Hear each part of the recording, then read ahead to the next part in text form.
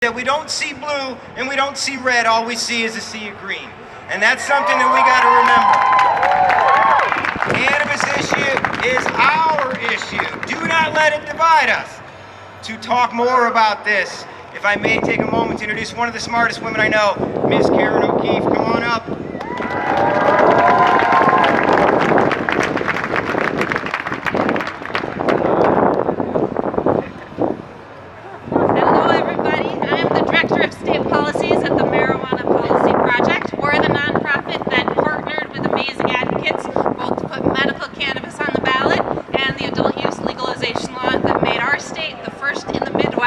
To legalize cannabis for adults. And Michigan has done better than every state in the nation when it comes to the total volume of cannabis sold, both per capita and by volume. But this tax is threatening to crush that, to crush the businesses that were built here and the jobs that were built here. We have 40,000 jobs in the cannabis industry. Meanwhile, Bridge, Michigan reported that the state spent $8 billion to create 13,000 jobs. Here we are, having already paid over $500 million in tax just last year, and they're planning to raise it by another $400 million. If you look at the taxes on wine and beer, they amount to about 2 cents a glass. That's about 1% of the purchase price. The excise tax on cannabis is already 10%, and they want more. If you look at over-the-counter drugs, there's no tax at all. And so many of us and our loved ones have benefited from cannabis as over-the-counter medicine. This tax will mean more suffering.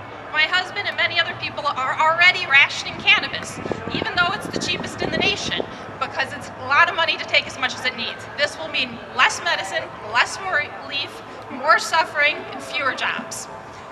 Your senators are right behind us in there. You've come all the way here to Lansing. If you haven't already met them and looked them in the eye, you can do that. Put in a note outside the Senate chambers with your name and their name and ask them to come out so you can look them in the eye and ask them not to vote for a crushing tax.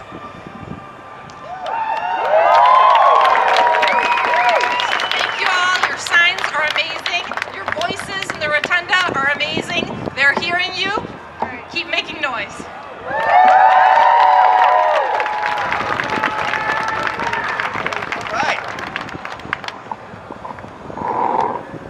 You know, they are behind us right now, and I bet they can hear us. Why don't we give them, come on, let's give them a no new taxes, and let's let them hear us inside, all right? Come on, no new taxes. No new taxes. No new taxes. No new taxes. No new taxes. Let them know. No new taxes. That's right, let them know. That's right. No new taxes. I know they can hear us, and I know we're going to make them listen, because we're not going to stop. That's what we're about here in this industry, all right? I have yet more people I want to introduce you to, incredible employees here in this industry. In from Muhammad today, I have the wonderful Jenna Mullins. Come on up.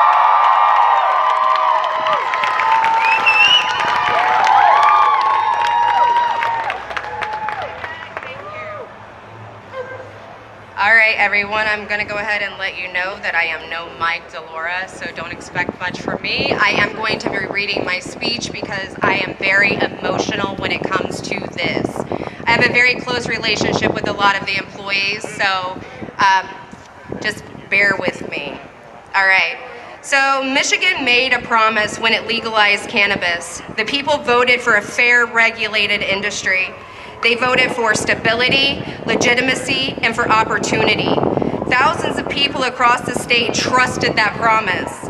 They left other careers, they built new ones, and they stepped into this industry believing in the future Michigan said was possible.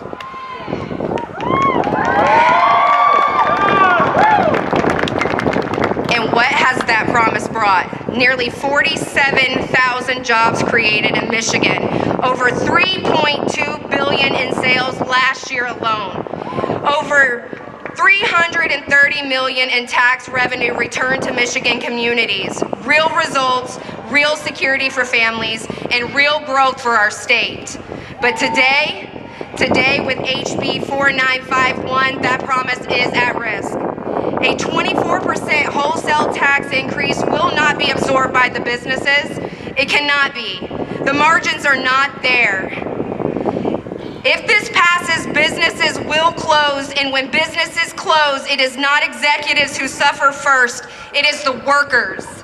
It is the mother who depends on her paycheck to cover rent. It is the father who counts on his job to keep food on the table. And it is the young professional who trusted this industry for a career path.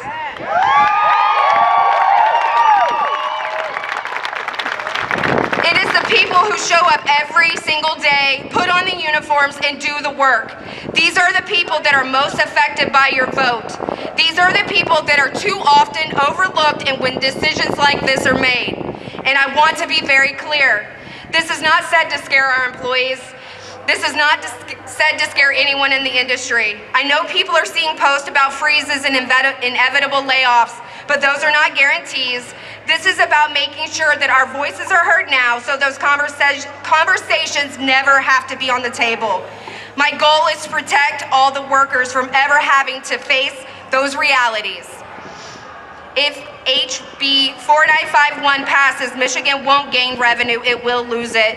Consumers return to the illicit market and take their dollars across state lines. The state will not be stronger, communities will not be safer, and thousands of workers will be left without jobs. When you think about this bill, don't picture boardrooms and balance sheets. Picture the people you were elected to represent. The cultivators, the bud tenders, the drivers, the production team members.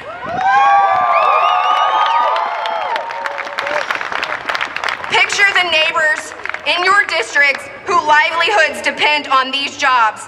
Picture the families who believed in Michigan's promise. This is not just about an industry, it is about people. It is about our community, and it is about whether Michigan will honor its word to our citizens. I implore you, do not break that promise.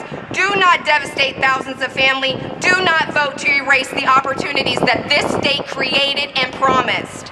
On behalf of the workers of Michigan, your constituents, I urge you to vote no on HB 4951. I urge you, protect the jobs, protect the future, and protect the communities you represent. Thank you.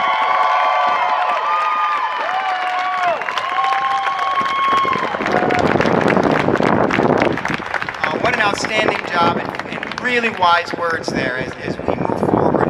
And remember why it is we're here, why it's so important, and what's at stake for us. Next up, I have Taylor from Harbor Farms to tell us a little bit more.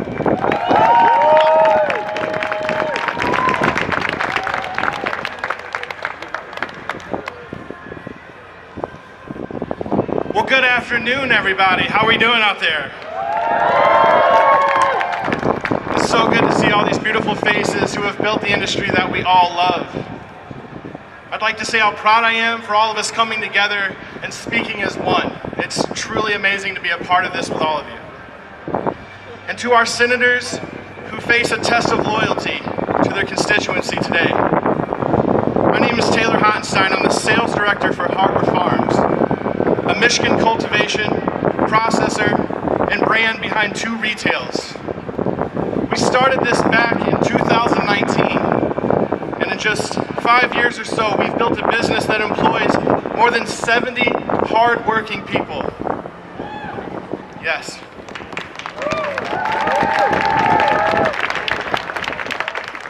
Most of them have young families who depend on this industry to provide for their loved ones. And what's true for our team is true for the almost 50,000 cannabis workers across Michigan. Many of you may know me as Taylor with Harbor Farms. But beyond that, like all of you, I'm a dad, I'm a husband, and a son with a family that relies on me and this industry to support them and help them thrive. That's why I'm here today, to urge our senators to vote no on House Bill 4951 this wholesale tax is a direct attack on Michigan workers. If lawmakers push this through, it won't just be numbers on a spreadsheet. It will mean thousands of lost jobs, shuttered facilities, and communities stripped of economic support. Lansing needs to understand this, that this tax doesn't just kill businesses, it kills livelihoods. And the timing couldn't be worse. The cannabis industry is already facing oversaturation. Wholesale prices are at historic lows, and companies across the state are barely holding on. Adding a 24% wholesale tax isn't a fix, it's a knockout punch.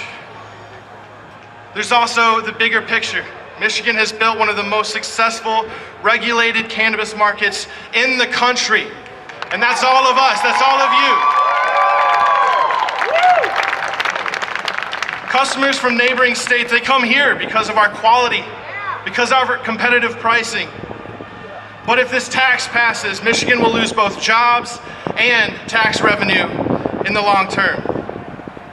At Harbor Farms, we've worked tirelessly since 2019 to grow something sustainable, community-driven, and proudly Michigan. But HB 4951 threatens to undo everything, and not just for us, but for thousands of small and independent operators who don't have the margins to survive the blow. So I implore our senators, listen to the people who built this industry. Listen to the 47,000 workers and their families whose futures depend on it. Vote no on this bill. Protect Michigan jobs. Keep our industry competitive. And to our governor, Gretchen Whitmer, honor the promises you made to voters and to the people of the cannabis industry. Thank you.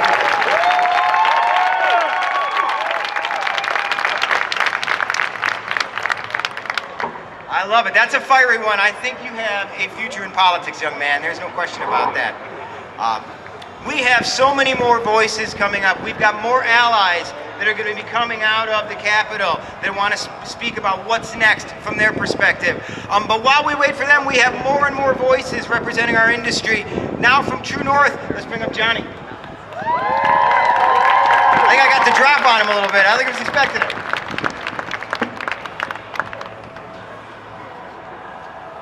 I tried to duck out before they found me, but they did, so.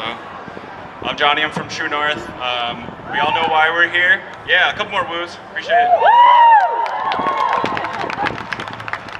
Everybody's spitting the facts. We know how much money was raised, where it was spent, where it went. We know how this is gonna affect our cannabis businesses directly, but how is this gonna affect the ancillary businesses we do partnerships with? We spend a lot of money and time creating products with. We have e-bottles here somewhere. We have cannabis packaging companies. We have testing labs. We have gas providers for extraction. We have dry ice. I could go on the 24 vendors we work with just at True North that are all Michigan-based companies. So we're taking money out of their pocketbooks too. This is not just about us weed smokers and sellers, all right? We're talking dozens and dozens of businesses that we utilize every single day. I have a gas truck pulling up. I have a waste truck pulling up. My special waste that I have to throw away in a special way. We play by the rules, all right? I got my med card in high school in 2010. We had these quasi-legal dispensaries. I used to drive up here to shop at Pure Options and get really good weed when you couldn't get good weed. I don't know if they're here, but that little cubby thing you did was funny and I loved it. So some of us have been here from the very beginning. We made the choice. We gave up our caregiver cards to do this, to apply for licenses. We were the 39th license in the state, medical. We had to give up our caregiver cards to get that. We applied with the BMMR, arbitrarily deciding who gets a license or not. So we've been through it. A lot of people out here have been through it too. So I just want to remind them, this affects much more than just the cannabis workers. Another thing I want to remind us of, I know a lot of you. We've been doing this for a long time. We're at events, Adam. We're at events with each other all the time, MICIA. We've spent the last 5.5, 6 years beating the crap out of each other, pricing, everything. now's the time we do have to come together. I'm not saying partner up, JVs, all that. We are here now, and if we want to be here longer, we need to communicate, we need to talk, we need to keep prices sustainable, we need to support one another. I appreciate you all, everybody that's speaking, everybody that has something they do want to say. Let them hear it. We're here for a reason. We're not going to back down. Thank you.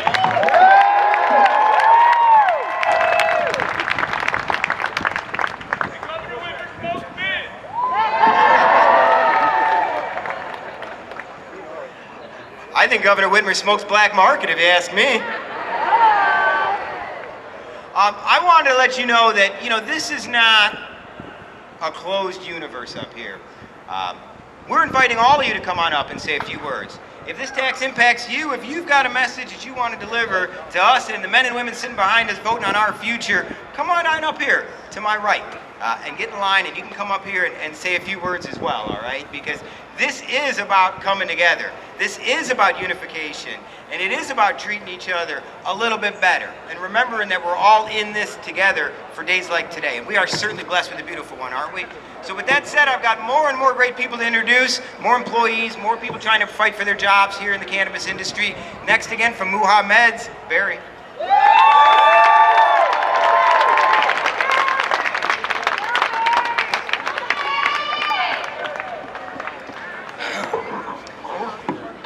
Hey everybody! All right, so first I want to say thank you for giving me the time to speak, and for furthermore using your voices. We got to be loud, we got to be proud. So good on everyone for being out here. Now, as I was introduced, my name is Barry, and I'm an extractionist from Muha Meds.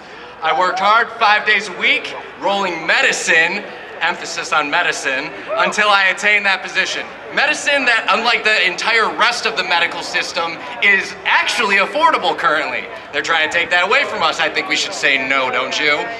Now, through my efforts, I got a promotion. I work 60 hours a week. My boss, his name is Amir. He's not here with us today, but he is one of the kindest and most supportive leaders I have ever had the privilege of working under. And then he just had a child 2 months ago. My coworker Justin is one of the hardest working men that I have ever worked with. And he works tirelessly to provide for his family. He also just had a child, I believe last month, and supports them by himself. Now let me discuss what this job allows for me and many of thousands of others in this state. This job I work keeps me out of trouble and focused. I'm driven and I bust my butt in order to provide a life for not just me, but for my family, and particularly my son. My point is, I am not alone in relying on this industry. There are thousands of stories just like mine, Amir's, and Justin's. A good amount of them are in this crowd right now. Let me speak very, very plainly here. I absolutely love this industry, and I absolutely love all of you. It has enabled my life and the lives of those that I love, along with many close friends as well. This industry makes me productive to this society. To remove this from 47,000 productive members of the great state of Michigan, and equivalent to the population of the city of Roseville outside of Detroit, where I lived for 20 years, not only demolishes people like me and our ability to provide, but directly harms those like my dependent family. Not to mention, I assure all the senators and representatives listening, we will remember each and every single one of you who voted against us. And we will remember that during our next voting season. You take our jobs, we take yours. It's a very simple equation. In the strongest of terms, I advise you against angering nearly 50,000 Michigan families. In short, leave our industry alone. America was founded upon many things, the right of representation among them, the most sacred rights we possess. I implore you, our elected representatives, look at us, see us, who you represent, and do your job as we insist you do.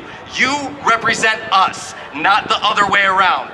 What I say, amplified by all the good men and women here before me, is the will of the people. In other words, your direct bosses. This is not a negotiation. I promise, with God as my witness, if you use your voice to abandon 47,000 men and women who merely wish to work honestly for their families, I will campaign tirelessly against you. I will get every single person I can to follow me in order to oust you from your positions. And so I'm just simply asking the people who are our elected officials to do the right thing, to do the American thing. Do not let us down. Thank you all for your time.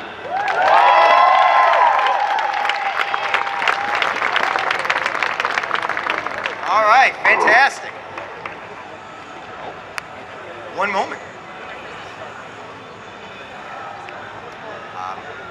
We have another ally about to come up, but I've got a quick public service announcement beforehand. Check your pockets, everyone. If you are missing an Android phone, they have it inside. Security has it for you, so if you're missing an Android phone, they do have it inside. That said, one of our allies is coming up, so I need you to make some noise. I know there's a few less of us here, but let's show this representative how much love we have for them, for voting with us. Come on, let's give a big hand.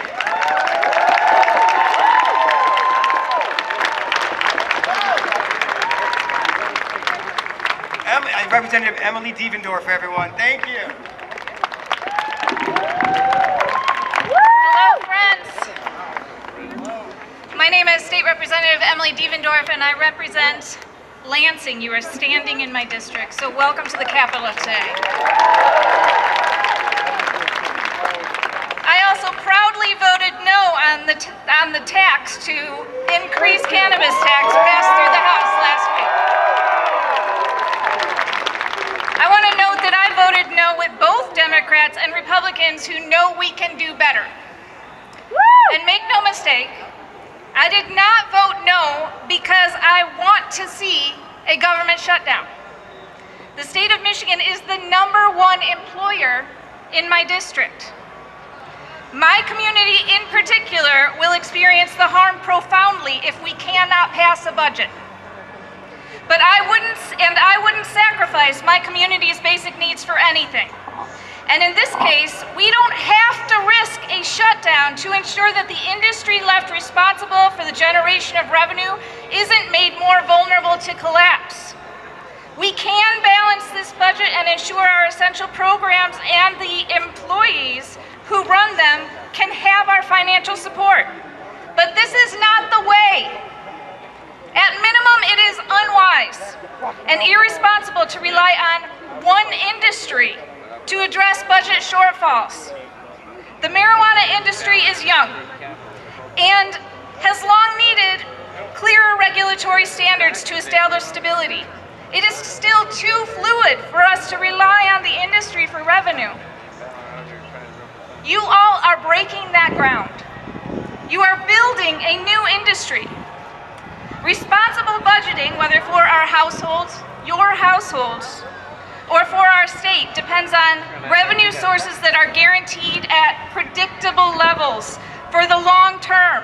Because our families, and yes, your families, and our roads, and our schools deserve ongoing support. Support that isn't provided as a Band-Aid or lost in a time of momentary financial strife. You, as workers, neighbors, business owners in the cannabis industry, should not be left holding the bag or being the bank when politicians refuse to negotiate a budget thoughtfully and responsibly or on time.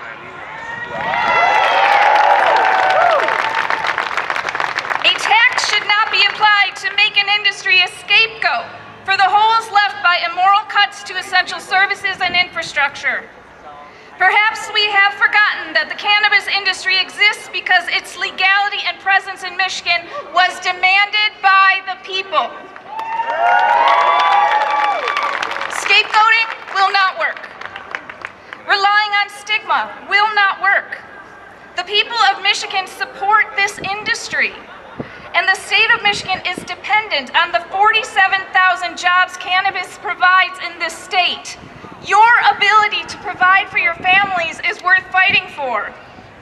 We cannot, in good conscience, put you out of business to cover up the state's unwillingness to settle on workable solutions to finding revenue.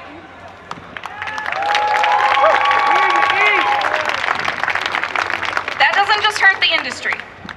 It hurts every person and family that depends on it for food on the table. And it would make Michigan greedy, because the cannabis industry already has infused the state with funding. In the 2024 fiscal year, Michigan generated over $331 million in revenue from its excise tax and licensing fees. And I know you all know this. I know you know. The cannabis industry has made it possible for our communities to address blight and invest in new development. The industry has ensured our community members have access to a natural medicine that works to soothe our aches and pains and prevents our seizures. It prevents my seizures. We don't want to go back to the days when it was too hard to access cannabis for that access to be safe. We don't want to encourage a criminalization or stigma that supports disproportionately prosecuting communities for participation in the industry. We don't want to grow the black market. At this time, we must do the necessary work of identifying revenue sources that are diversified. We cannot take everything we need from the same pot and expect that there will be enough left to sustain the source. These increases would be passed on to you and to the consumers.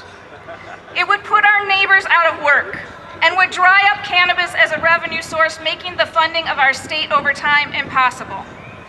It is not too much to demand that a tax be fair and well considered. It should be an expectation that we think about the impact of our budget choices on our whole community. And the proposed tax increase for cannabis is too high to make the solution workable. This can be fixed in the Senate. It can be made less painful in the Senate. I voted no to encourage the Senate to do the right thing and to make this fair.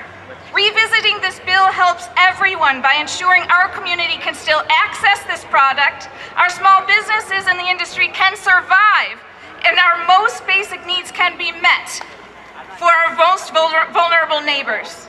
To ensure that Michigan can be resourced with programs that are funded for years to come. To my fellow legislators at every level of government, let's do our jobs. Let's pass a budget. Let's ensure both our schools and our roads have the funding they need to sustain. But let's commit to a budget that does no harm to our neighbors and our small businesses. Thank you for being here and best of luck.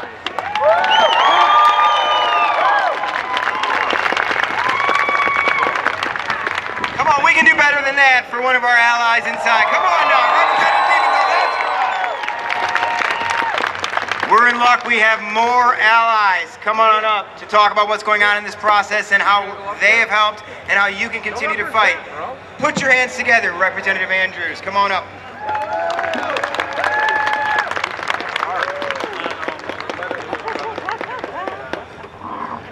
Thank you all for being here today and standing up to fight for an important cause.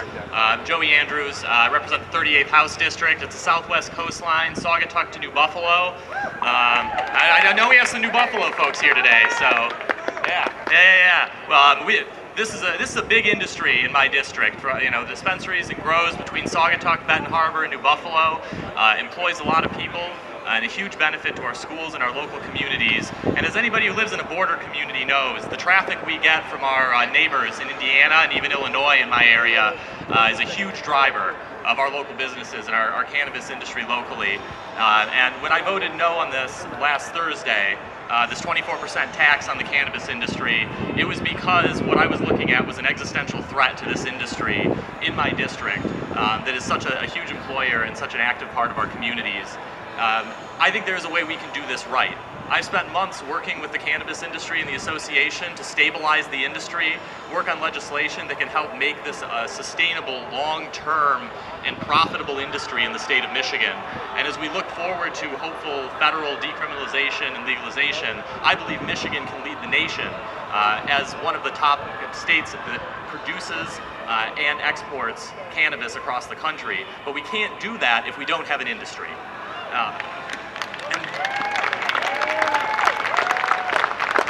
And as my colleague just stated, what this tax risks is the industry. Most growers aren't making money right now. They're struggling to get by. That's what I hear from my locals, and I'm sure that's what all of you are hearing too. And the retailers are feeling the pinch too.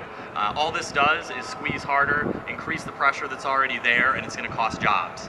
My worry is that this number, this 24%, was arrived at because we needed a line on a spreadsheet to make something balanced without the consideration of what the actual impact's going to be. And the reality, because I think we all want to see the roads in this state fixed. I mean, y'all drove up here today. I think we all see the need for better roads in this state. But the reality is that this will not produce the revenue that we need to fix the roads, and we're just going to be back in a year talking about how to fund fixing the roads again. And instead of having a vibrant cannabis industry, we're going to have a weaker one. And it's going to be we're going to be that much worse for it.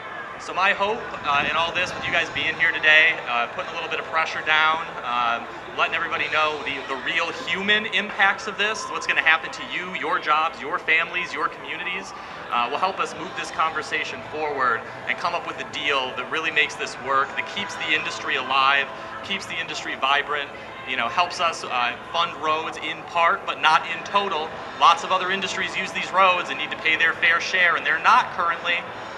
It shouldn't all be borne by one single industry. We can do good policy even when it's hard, instead of doing what's easy quickly. And that is my goal, and that's my promise. So we're going to keep working. We're going to keep fighting for this. I appreciate all of you being here today. I know a lot of you took time off of work. You're sacrificing a paycheck to be here and fight for your jobs. That is not nothing. That is not small. And it is appreciated that you're making that effort and that you're taking the time to do that. And I think it speaks for how much this matters to you. And I know all of us here that are watching you do it, I think that maybe those that didn't understand are understanding what a big deal this is and how many people this impacts. That it's not just big business, it's not just a few owners, but it's people. It's people on the ground.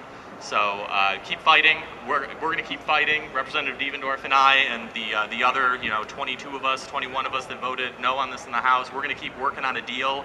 We're having great conversations with some of our colleagues in the Senate, and I am optimistic that even though things look not so great today after that vote, that there is a path forward and we can do this right.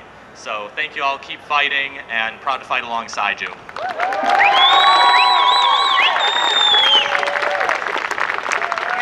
And for one of our representative allies, Representative Andrews, everyone. Thank you. We aren't done yet, and I appreciate you hanging around. Again, it's a beautiful day. Probably no place I'd rather be than here with you all on the state capitol. Sunny skies, not a cloud in the sky at all. Like, this is living, is it not? Come on. And I know you've been here a long time. And I appreciate you sticking with us. So we have some more employees coming up who want to tell their stories and how much this industry means to them. So right now I've got David from West Coast Meds. Come on up, David. All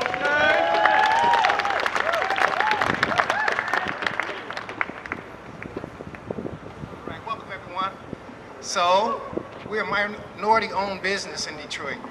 And I've been working in the industry for about 7 or 8 years. And in the first part, when it was all medical, there was no real explaining it away. But now, they always complain of the taxes that are being assessed to this thing. With more taxes, we're sure to go out of business. Well, I have young women that work for us, and they have children, and we need to look forward to keeping them employed, that they're able to take care of their families. Second off, if we're gonna tax 24%, if I have $1, that means that a quarter is already gone, and you've already taken 50 cents. What I say is, let's just vote no. Let's vote no to this. Every one of us. We need an opportunity to have employment opportunities for these people. We brought them a long way now. They pretty much depend on this thing for their bills, feeding their children, educating their children. And if we walk away now, we're all stuck in the middle of this thing. And it will affect each and every one of us in some way or other. And so what I say is, let's keep the weed free, okay? We don't need more taxes, okay? Yes, and so explaining to the customer, how the tax base goes is becoming more and more difficult. And so we stick together, this thing sticks together. And let's just continue to do a good job as we've done. Besides, we've been voted #1 in Detroit. How about that? So where do we go from here? Thank you all for having me, and I'll see you guys later.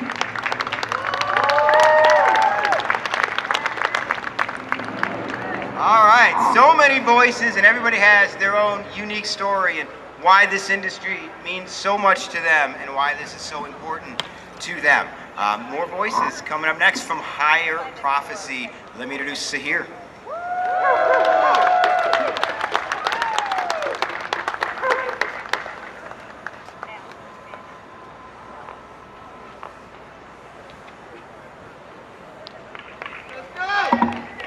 Thank you guys for coming, because you guys represent the entire state and the entire industry.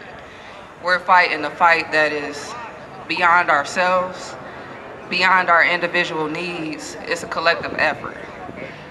High Prophecy started because I was already in the industry getting my ass kicked. So I had to come up with a brand that actually meant something to me. And for me, mental health is something that we don't talk about. And if we let this pass, it's going to increase the mental health scare that we're already in.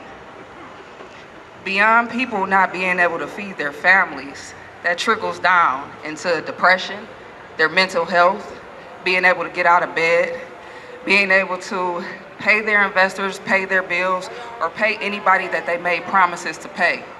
They can't do that if we're not making sure we stick together to make sure that they can never continue to just break promises. We were all promised so much coming into this industry.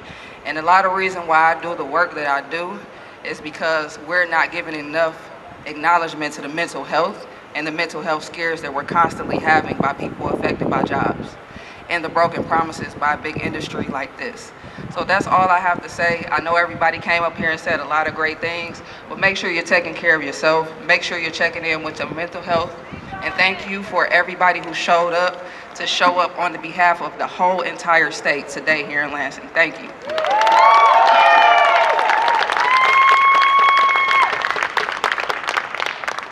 So well said, and a theme that we haven't talked about enough today, so I appreciate that very much. Again, more voices, more stories. We have more people from West Coast Meds coming up. We have the lovely and talented Ms. Jay Snipes. Yeah! Come on. Right up in front, I like it.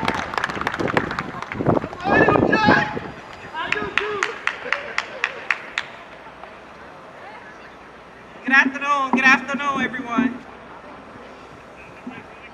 This is our cannabis, guys. I just wanted to say this doesn't hurt just owners. This hurts workers, families, communities. Michigan cannabis industry supports nearly 40,000 jobs. Just as much as UAWs, Ford, Chrysler, we are just as heavy as an industry. We may have started off small, but our impact has now become bigger than us. We have bud tenders, growers, processors, delivery drivers, and plenty other employees that this will affect. A tax hike this extremes put all of those livelihoods at risk. Businesses are already struggling due to 280E form, that's 70% taxes that dispensaries already pay.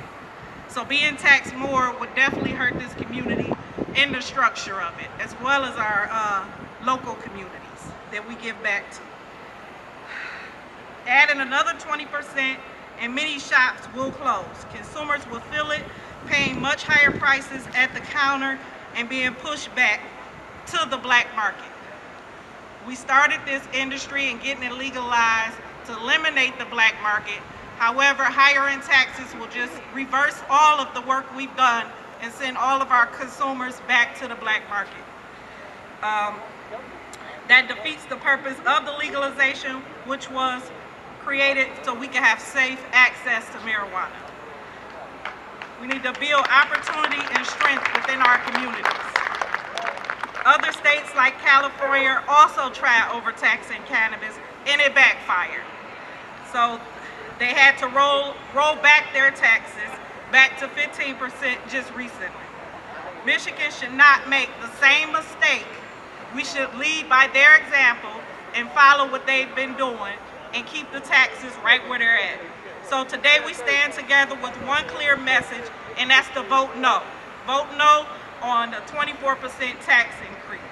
Protect workers, protect consumers, and protect the Michigan cannabis industry as a whole. No more taxes.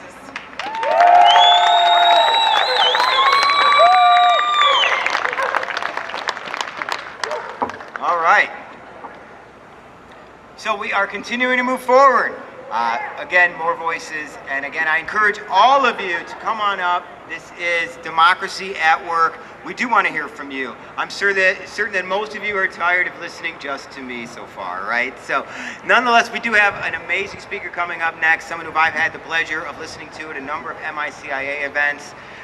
They are one of the premier consumer cannabis advocates in not just the state, but the whole country. Of course, you probably already know what I'm talking about. I am talking about Cass Coleman. Come on up.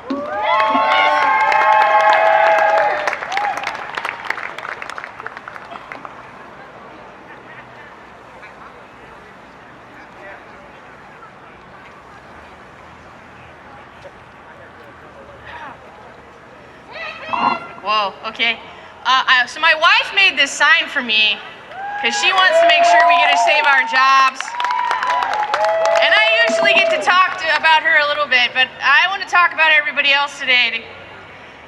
So take a look to your left and take a look to your right. And if you don't know the person standing next to you, get to know who they are and thank them for being here today. I know there's a bunch of people who came from all over the state to make sure that the Senate got to hear our voices. And you know, we are all workers, right? I had to take the day off. I'm sure all of you did too. Maybe you didn't even have time to take off and you just told your boss you had to be here. Maybe your boss said, no, you got to go out there and represent us today. Maybe today's the first day you've ever been to the Capitol. Maybe today's the first day you ever went to the gallery. Maybe you didn't know the name of your senator until this morning. Maybe you'd never asked to talk to them. I know today, when I was in the rotunda, I was standing next to a lot of people who'd never been there before, that today was their first time exercising their right to be here and to petition saying, hey, we don't agree with what the House did and we don't want you to do what they did. We want you to do something different. Now, I'm talking about all these things because these are things that you guys actually have control over. You know, I know that I don't have control over making sure the Senate doesn't vote today, but I certainly could wake up this morning and meditate good and hug my wife and say that I was going to go out and fight for my job and for everybody else's job. And you guys made the choice to do that same thing today, to be part of that process. I feel like I know I was standing on the sidewalk this morning while the senators came down out of their big shiny building here in Lansing and walked across the street into this building behind me, and many of you were too. And they got to hear us yelling and screaming about how we wanted them to choose to save our jobs the same way we chose to wake up today and come to Lansing. Now, I'm sure you guys have heard lots of statistics, and I think it's good if we continue telling them things like what it's like for the 47,000 cannabis employees that have exclusively, not always, good paying jobs here in Michigan, often with benefits that are difficult to provide, often with paid time off that is not guaranteed in our country, often with health coverage, also not guaranteed in our country. Sometimes people forget that before all of this, prohibition was really fierce and there was a cost to that, a huge cost to our state and our communities that we don't have to deal with now. So when we talk about that $330 million of just last year, and it's basically been the same amount, right? I think you said it was like $2.5 billion at this point. Well, how much more money is it that we're not spending on criminal justice? Do you guys know that we've had almost a 47% reduction in arrests? It's kind of huge. That we have so few people in our prisons now that they're selling the prisons to do other things, right? I mean, these are pretty huge things that we used to have almost 1 million people behind bars in our country for this plant, and now we have less than 200,000. We're talking huge changes here. And those changes are being made because people like us decided that we were going to be willing to give up our mainstream jobs. Okay, like me, I was in the pharmaceutical industry, successful career, said, whoa, my wife needs access to medicine. I'm going to leave that all behind and I'm going to come and do this. And we gave that up to come nurse the plant, to love the plant, to encourage the plant to grow, to give the plant to others. And sometimes I feel like they forget that was a choice that we all made. That we all made that choice and that we make it every single day. So when you showed up today, thank yourself and look at the people standing next to you because they didn't have to be here today. Nobody had to wake up at 6 or 7 o'clock in the morning. There's people who came from the Upper Peninsula who came in last night to be here today. They didn't have to. So give yourself that gratitude, appreciate it, and hopefully, because we're here in that air of gratitude, they will hear us and recognize that if they want all this love that we're generating here today to continue, that they can't take away our jobs. Thank you.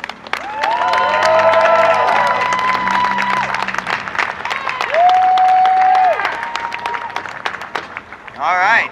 It's like a filibuster up in here right now, ain't it? We're going to keep going. We're not done. All right. And for those of you that are a little less familiar with me, there's really nothing I love more than the sound of my own voice. So you guys are probably in some trouble for here. All right. But you have a respite coming up. I've got a couple of fantastic speakers. First, from Granny Farms, may I introduce Miss Joanne Manning.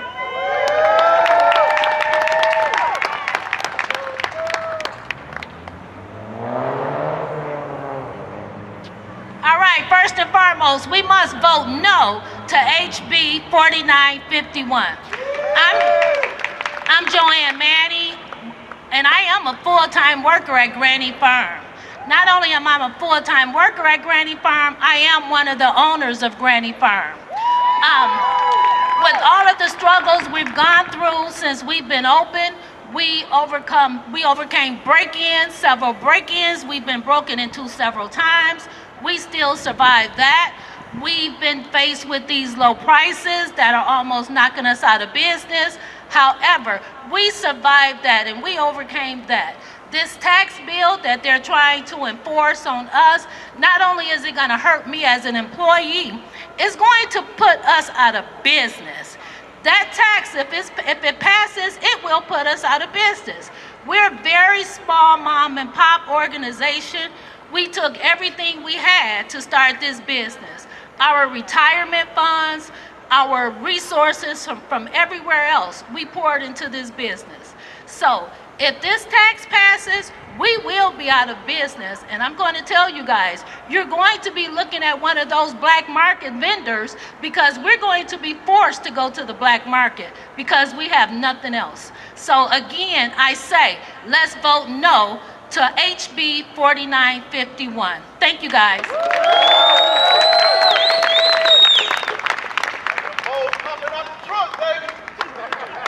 That's right, that's right. All right, so many passionate people out here today, none more passionate than all of you who have stuck with us and are continuing to stick with us.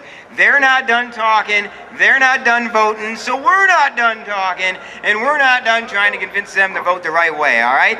So with that said, thankfully I got more people to help me out and carry the day. Next up, I would like to introduce you all to Rebecca from Calaxium.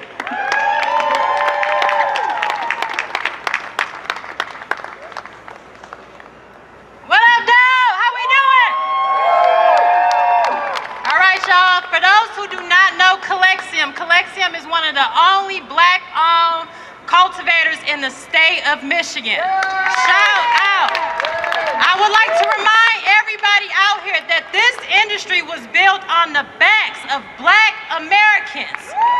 Okay, let's clap. I have a speech now. I just wanted to remind y'all of that fact. As a black woman and a leader in the cannabis industry, I highly oppose this tax increase.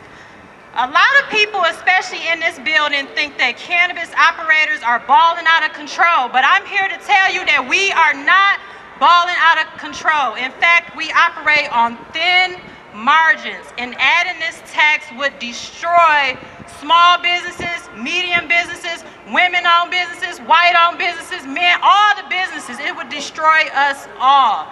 So I highly oppose this tax.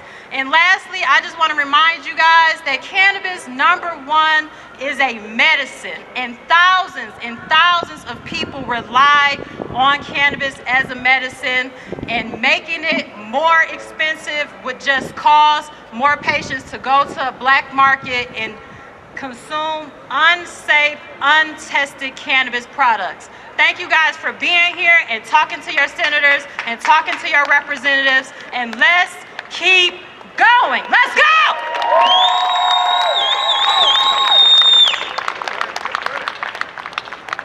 I Love it. Somebody else bringing some fire today. I dig that. We have more voices. You guys are probably tired of me saying that, aren't you? The next voice, though, I think is someone that you've probably heard of.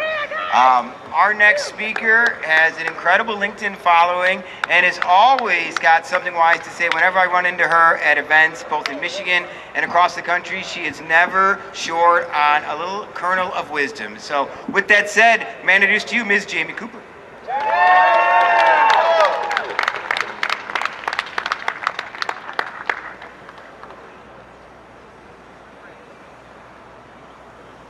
Good afternoon, everyone. First of all I have to say is wow. This morning, the representation that we had here was incredible, like mind-blowing. 10 years ago was my first rally here at this Capitol, and it was just like this morning just made my heart so happy. And guess what? It looks like it freaking worked. We did our jobs, we showed up, we came together as a community, and we used our voices, and we're not done doing that. We have to continue using our voices. They're always going to be doing these things to try to change some of these laws and how we're doing business. And there are times that we just have to stand our ground, and we're gonna have to come together, not fight against each other, but hold hands and do this together. So I've owned a marketing consulting company since 2015, and I live in Grand Haven. I tell you what, 10 years ago when we were advocating in Grand Haven, that was wild times. But I mean, I'm just gonna repeat a lot of what people have said up here already. This bill eliminates any profit that businesses currently make. My fear is that some of the MSOs and larger companies will use out-of-state money to sustain themselves, but then leave the smaller guys to bleed out. And these are businesses owned by people who had a dream, and they invested everything that they had. They sacrificed their families to be here doing what they're doing today. And I don't want to see that go away. This will push people into the illicit market. We will lose revenue from the neighboring states, and we have the best weed in the country. We've already heard it already, so we will also lose revenue from annual licensing costs because each company has to pay a lot of money to the state and municipalities every single year. And when businesses go under, the state, the municipalities are no longer going to be collecting that money. So this is going to hurt municipalities as well. And there isn't one business owner that I have spoken to that said they can afford this increase. The move will benefit criminals, while the business owners that tried to do this the right way will go out of business. And I am concerned for the 47,000 workers in the cannabis industry whose jobs are at risk today. That's about a third of the state, or a third of the size of the employment pool that the automotive industry has. A third. 47,000 people. That's a lot of people. And I'm concerned with my career trajectory. I spent the last 10 years working in cannabis and being a part of this industry. There's no hiding that. Last year, I spent several months applying for jobs to get out, and I couldn't get one interview. I have a great resume. I have accolades from doing the work that I have done in this industry, and I am terrified for every worker in this industry that could face that, especially in the job market that we have today. It's not good. Not just in cannabis, it's not good nationwide or in any industry. And let's not forget that 2 days ago, President Trump posted a video on his social media about the medical benefits of cannabis. So it makes no sense to compare cannabis to cigarettes or alcohol, or even call it a luxury. And unlike tobacco and alcohol industry, our industry cannot write off certain things for taxes. They cannot file for bankruptcy. And I'm appalled that my state lawmakers thought this was a good idea. So do better.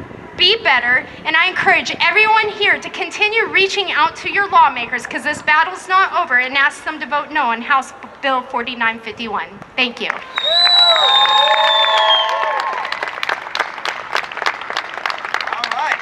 Hello, it's me again, in case you forgot. Mike DeLore from House of Dank. It is always amazing to be out here with all of you. Some of my favorite people in the world here in this cannabis industry. We have another great voice coming up, a self-described cannabis activist. May I introduce to you Miss Brandy Crawford.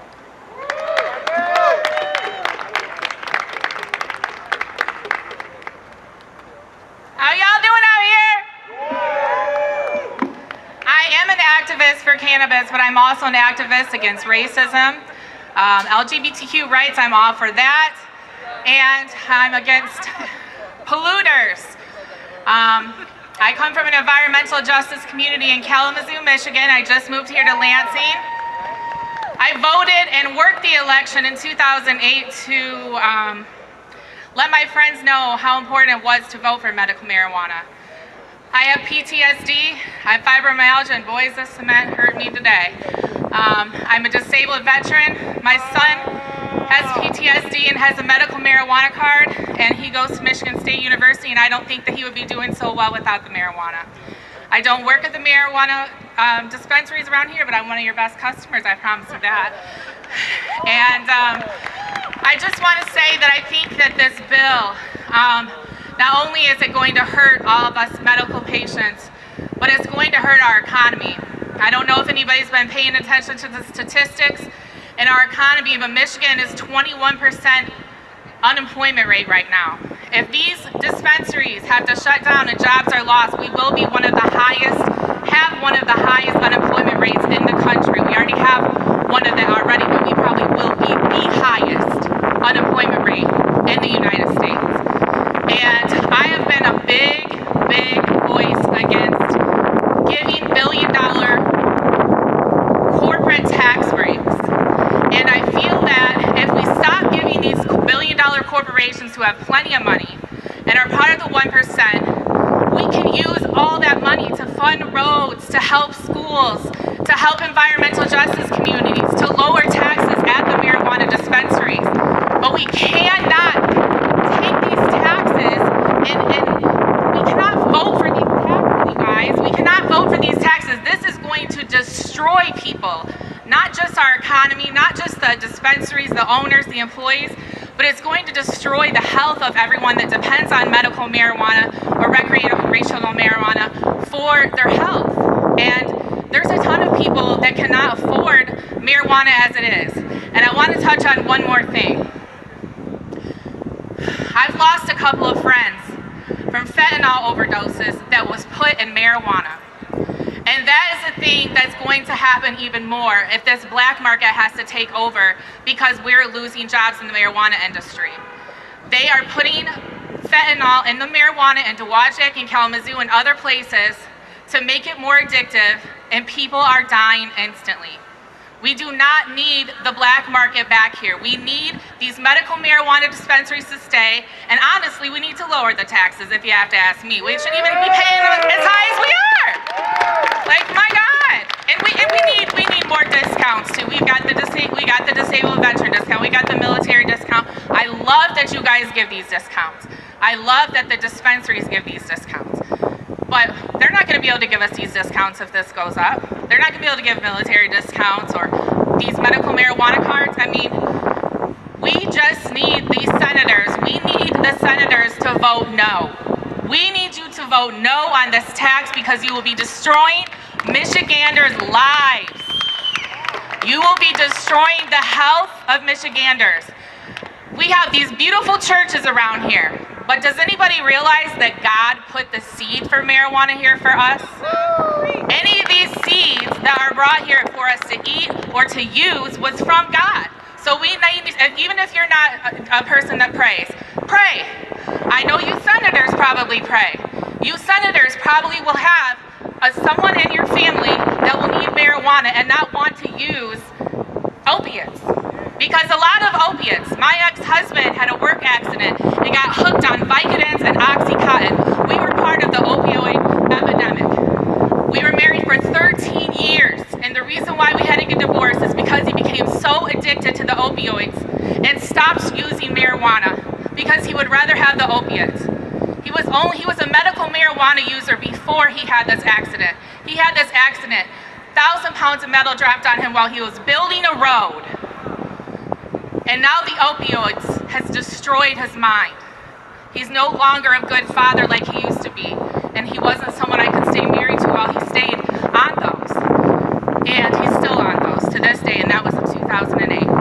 And marijuana has really, really, really affected my family and friends so much. And I know that all of you out here is affecting it so much to even worry that this tax might be passed. But I hope to God that these senators listen to us and vote no on this marijuana tax. Thank you.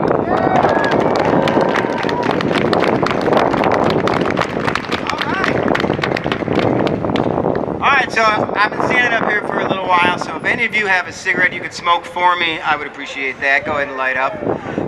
That said, I think we have a really interesting speaker coming up next. You know, when we talk about this unfair, totally unrealistic, and ridiculous tax that they're talking about imposing, we know that one of the main battlegrounds, where the front lines are going to be, are at our border stores.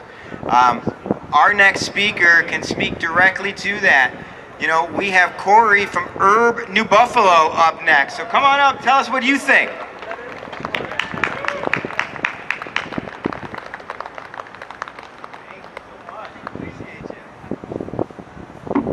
Hello everyone, thank you all for taking the time out of your day to be here. I know this means a lot to all of us. I just so happen to work at the Golden Border. That means I see people from Chicago, people from Indiana. I'm primarily where they're going. I opened up one of the first stores to open in New Buffalo, and since that store has opened, I have already seen a steady decline in customers because of oversaturation in the market already.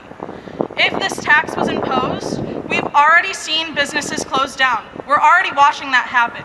It's only going to happen more. More people are going to lose their jobs. I also want to take a second to address the statement made by Representative Barhart. The industry can cry wolf as much as they want, but at the end of the day, this isn't a tax on working families. This is a tax on marijuana, which is a luxury. Representative Barhart, come to my face and tell me that I am not a working class American. Come to my face and tell me that the medicine that has helped me enter remission for BPD is a luxury.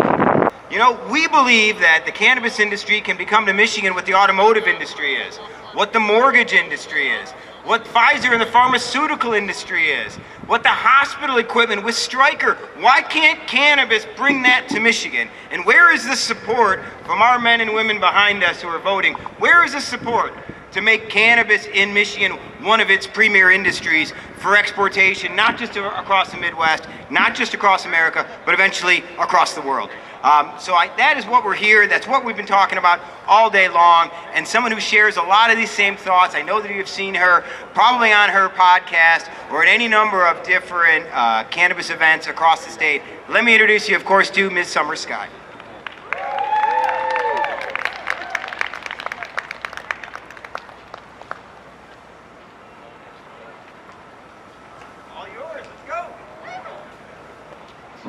Hey guys, thank you guys for coming out to Lansing today. I know that this was a long drive for a lot of you guys, so thank you for sacrificing your time, your work day to come here for something that is greater and more important than all of us here today, is being able to voice our opinions and being able to be heard. You know, that's something that is so important and critical for us to be able to participate in politics, as well as the laws that are being made that are going to impact all of us. So thank you for coming here today, congregating, and standing up for what's right. To introduce myself, my name is Summer Sky. So I have worked in the cannabis industry ever since I was 21 years old, right when I graduated from college at Central Michigan University. Fire up, Chips.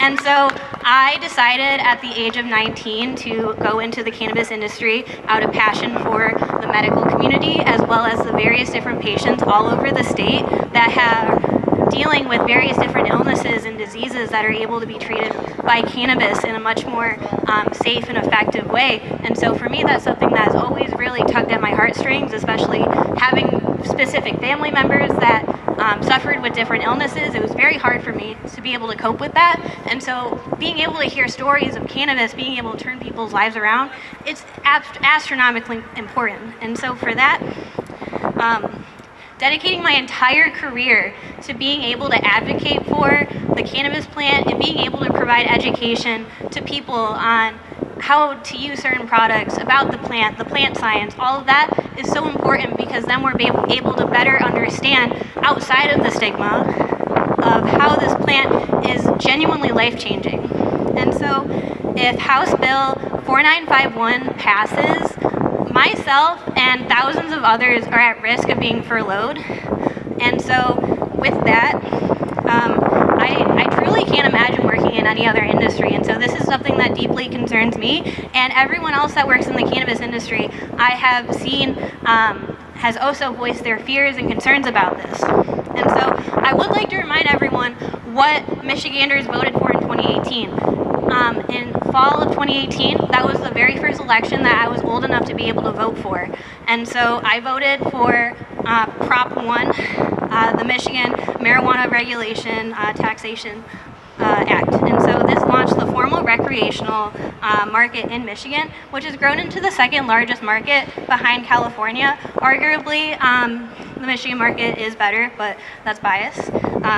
I'm biased anyway. It can be asserted that the low 10% cannabis excise tax, in conjunction with the 6% state tax, has helped make the licensed Michigan market attractive to both locals and tourists alike. The low pricing often found in Michigan dispensaries can be attributed to the high saturation of competitors and products in the market, where there are limited licenses based on municipalities opting in.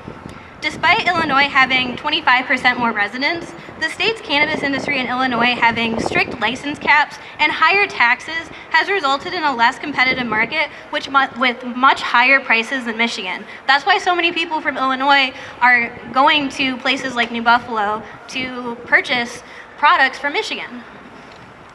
And so with the sudden passing of House Bill 4951 by the Michigan House Reps, it is concerning to everyone involved in the industry, from owners to bud tenders to consumers. If this gets passed by the Michigan State Senate, then this will lead to new challenges and irreparable damage.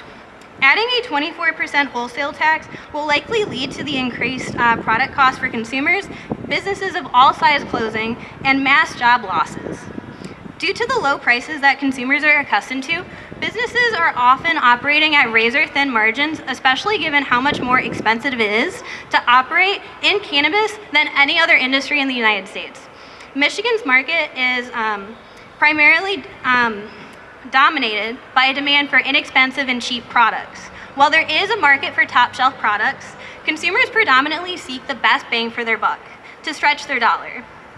This will also likely lead to a good chunk of consumers to stop shopping in the licensed Michigan market if there are cheaper alternatives, effectively creating a beginning to the end of the Michigan market as we know it.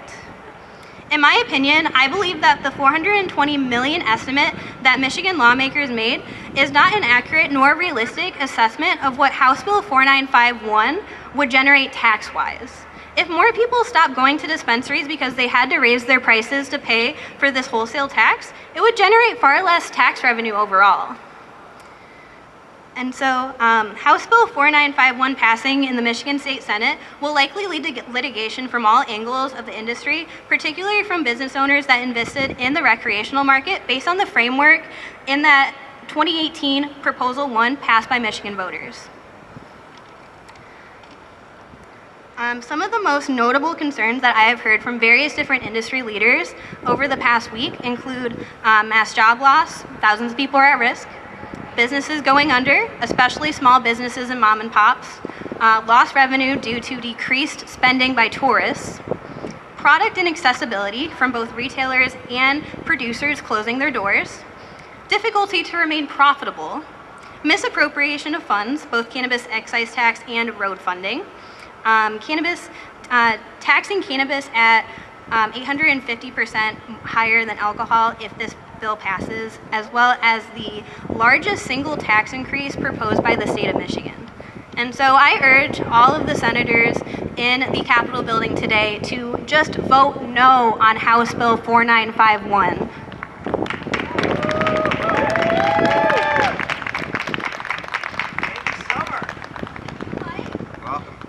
Summer Sky, everyone.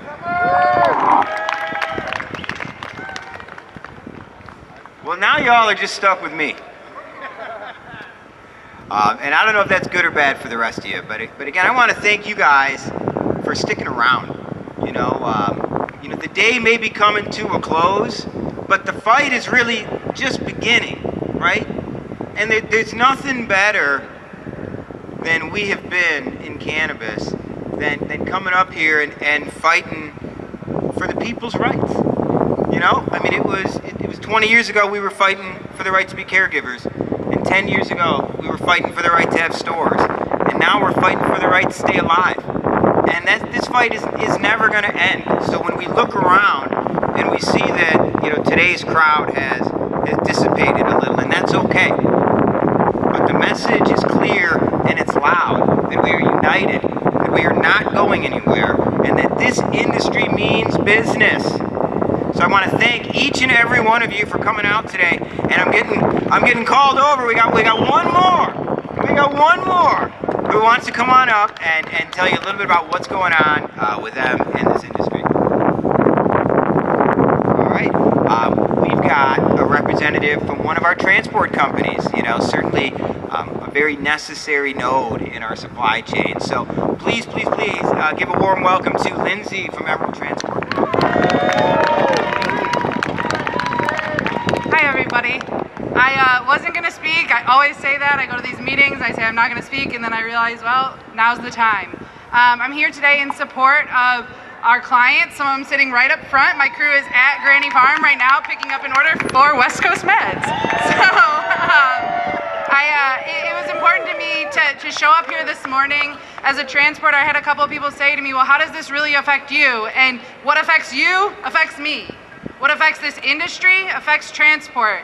I know that you guys don't love me. I know that you don't love the prices. I know that you don't love the delivery times, but we're here to support you.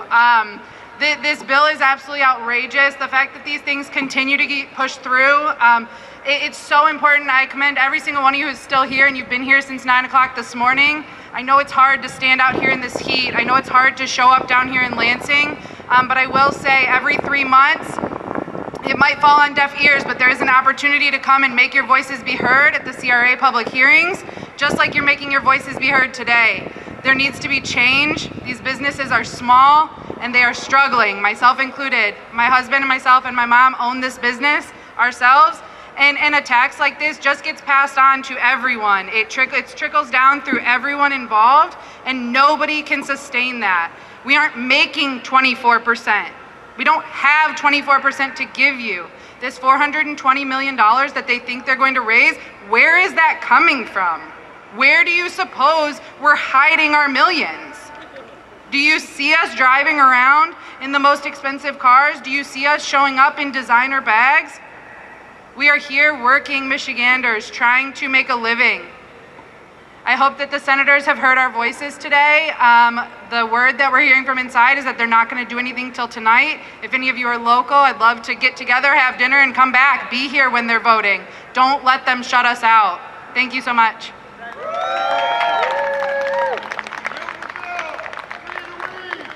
Free the weed, let's go! All right, we have a last call for civil disobedience in the House tonight. They got a last call for civil disobedience. Again, I want to thank you all so much, and at the risk of repeating myself, I'm going to do so anyway. Look, we have to leave here. Those of you who were here today, you need to go home with this message. You need to go back to where you work, and to all of your coworkers who weren't able to join you, for all of the customers, for all of the men and women that you touch in and outside of this industry. You have to carry a little our water for us. Because if each one of you reaches out to just 2 or 3 other people, and they reach out to 1 or 2 other people, pretty soon we're Amway. And that means we're rich with people. all right? And that's what we want. So I think it's time for a little bit of cannabis pyramid scheme, all right? So I want you to leave here and recruit 2 more, and then have them recruit 2 more, all right? And you can always send them down to HOD because there's always ways to get free weed. We'll get them a pre-roll in some capacity, right? So I thank you all so much for sticking with me and humoring me,